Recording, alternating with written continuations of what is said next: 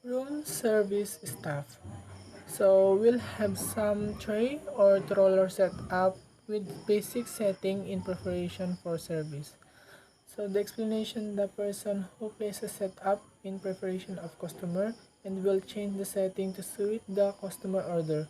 The January room service will duplicate the same crockery, cutlery, glassware, and condiments as the restaurant setting. Depending on the orders, the setup may also include a base of floral decoration and tray cards. Tray cards are used to give information to customer about pick up or dirty dishes and to promote event or special. Siya din ang magse-setup or mag-check yung mga gagamitin sa service. Set up trays and troller for arrange of various meals. The exact procedure to take when setting up tray can vary according to the types of extent of their order being prepared. Some equipment may be stored in suite or Pulsar pantry, for example, toaster, crockery, etc. Their items can be collected separately by service. So this is our explanation. Every meals there should be separate container na nakalagay para in case mayroong delivery is madali lang siyang ayusin. Troller hot boxes, tray trollers, and refrigerated trollers. Number 1. Food tray of different size and structure like tray with fit for breakfast use. Number 2. Tray cover, generally a liner cloth of paper cloth, non-slip types, table linings for trollers and services. Number 3. Cutlery, entry and main, knife and fork, soup and dessert spoon. Teaspoon specialist items such as stick, knife, or service tongs. Number 4. Crockery. Various plates, bowls and jugs, cups and saucers. Number 5. For juice, water, beer, wine, and champagne. Number 6. Tea and coffee pot, hot water, hot coffee and tea making equipment. Number 7. Plate warmer or clothes of flake cover.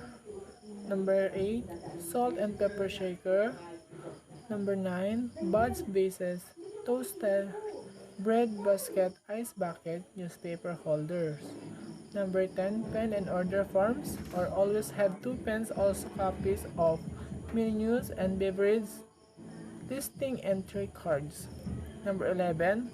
Other equipment including items or fixed equipment, for example, wine, colors, espresso coffee machine, slice, refrigerators, and small portable equipment such as pizza, oven, coffee makers, and toaster. So, itong binanggit ko, this is are the things that are required to prepare and clean by the service staff and those who were except those types of tray trollers severally used. Number 1.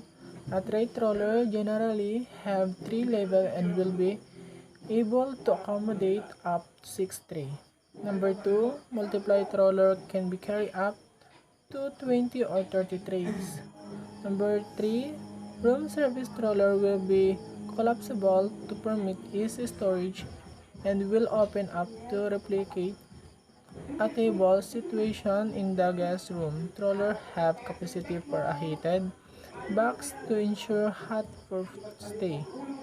Kaya may iba't ibang kind of tray that it can be helpful in delivery based sa dami ng iro-room serve para convenient. Collect foods and beverage item from kitchen and bar for room service delivery. Number 1. When collecting an order, check you have your order form to confirm the order. It may be you to take the order and deliver the order or someone else. Number 2. Room service staff may have to comply with a priority waiting for orders collection. This may consider the status of the guest and the complexity of the dish. So, This can help where there is confusion over the order or dispute areas regarding of who actually delivers the food and drinks. Someone will have to pick up the order. When they do this, they must check the items on the tray against the order that has been put it. It is unlikely that a deliberate error has been made. So, dito naman tayo sa verify food and beverage item prior to delivery to room. Number 1, special requests have been complied. Number 2, visual check of the dishes. Do they look presentable? Number 3, where there is any deviation. So, this is our example. Explanation: perfection is most quickly brought to the notice of the chef or other person responsibility and rec- rectified.